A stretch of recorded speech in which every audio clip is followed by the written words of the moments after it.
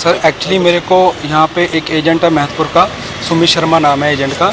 उसने मैंने उसको जॉर्जिया की बी फाइल लगवाई थी अपनी वीज़े की। उसने मुझे थाईलैंड भेजा कि वहाँ से तेरे डॉक्यूमेंट वगैरह आ रहे हैं, ठीक है। तो उसने मुझे वहाँ पे भेजा। तो वहाँ जाके उसने क्या करा कि मेरे को वहाँ से बोला कि तेरा मया सोट में होटल बुक है, वहाँ पे जाके तुम रेजिडेंसी आराम से करो, वहाँ से तेरे डॉक्यूमेंट आएंगे और तुम्हें हम वहाँ जॉर्जिया की डॉक्यूमेंट कंप्लीट है, वहाँ से जॉर्जिया की फ़्लाइट दिलवा देंगे। तो एक्चुअली ऐसा हुआ, जब मैं वहाँ पहुँचा तो उसने वो ह्यूमन ट्रैफिकिंग लाइक एक गैम्बलिंग, तो उसने इस तरीके से करा कि मुझे वहाँ पे बेच दिया। एक कंट्री पड़ती है साथ में म्यांमार, वहाँ पे ऐसा है कि बंदों को बेच के वहाँ के उनके ऑर्गन्स बेचे जाते हैं, उनसे ज़बरदस्ती मार पीट के काम करवाया जाता है। तो उसने मुझे वहाँ पे बेचा और जब मैं उस कंपनी में पहुँचा तो मेरे साथ मारपीट हुई, मेरे को खाना नहीं दिया गया, मेरे को 42 घंटे एक कमरे में बंद करके करंट, मारपीट और टॉर्चर करा गया। तो जब मैंने वहाँ पे मैंने इसको बोला कि किसी तरीके से कांटेक्ट करा मैंने कि एक्चुअली मैं ऐसे फंस गया हूँ तो मेरी हेल्प करो। तो इसने मुझे ये बोला था कि हम तेरे को इंडिया नहीं वापस आने दे सकते, कि हमें पता है कि अगर तू इंडिया आ गया तो हमारे लिए ख़तरा है तेरी, कि तू इंडिया कभी नहीं आ सकता, तू वहीं पर मरेगा। तो ऐसा मेरे साथ वहाँ पर हुआ। तो लेकिन मैं धन्यवाद करता हूँ प्रधान जी का, आप सबका, अपनी पुलिस डिपार्टमेंट का, जिन्होंने मेरा साथ दिया, मेरी फैमिली, प्रधान जी सबका, जो उन्होंने मुझे जिंदा बना। वहाँ से मेरे लिए जिंदा आना इम्पॉसिबल ही नहीं था, वहाँ पे इतना बुरा हाल था। वहाँ पे मारपीट ऐसी थी कि बंदे को एक कमरे में बंद करके, जो उनके पास हथियार थे, जैसे इलेक्ट्रिक शॉक के उन्होंने गन्ने रखी पड़ी थी, बंदूकें वगैरह सब है उनके पास। मारपीट के लिए हथियार अलग अलग टाइप के रखे हुए हैं। वो चाइनीज़ लोग हैं, उनको पूरा हैंडल करता है चाइनीज़ माफिया।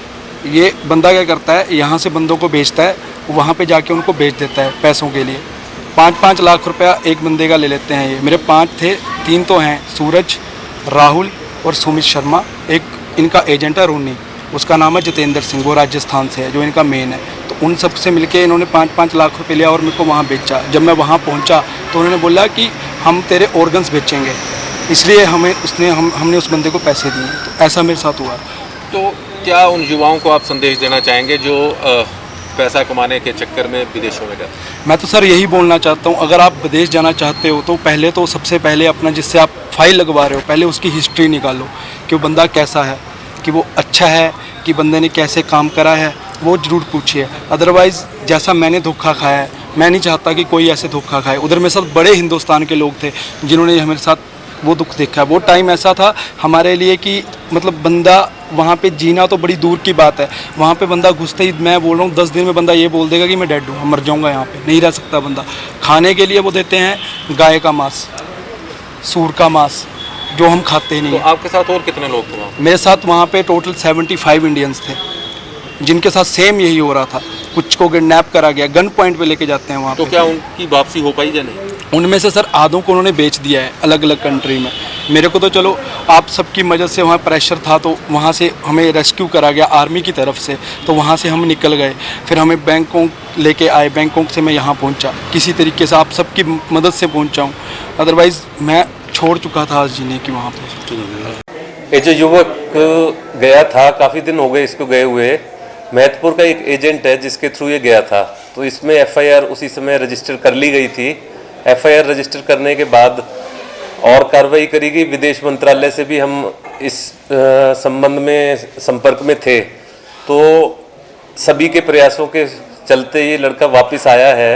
जैसा कि ये मामला लग रहा है, इसे नौकरी का झांसा दिया गया था, परंतु नौकरी ना करके इसे वहाँ पे एक तरीके से जैसे गुलामी या स्लेवरी टाइप का वो था व्यवहार, और जिस देश में इसे जाना था वहाँ न जाके इसे म्यांमार भेज दिया गया था।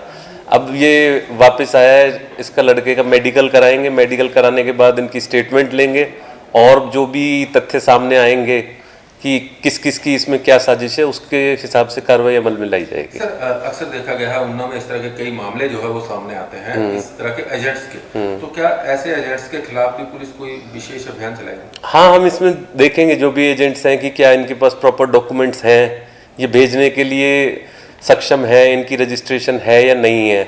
और इसके साथ ही हम लोगों से भी अपील करेंगे कि जब वो अपने बच्चों को भेजते हैं तो एजेंट की जो क्रेडिबिलिटी है, उसका नंबर इत्यादि वेरीफाई कर लें और ऐसे ही पैसे ना दें।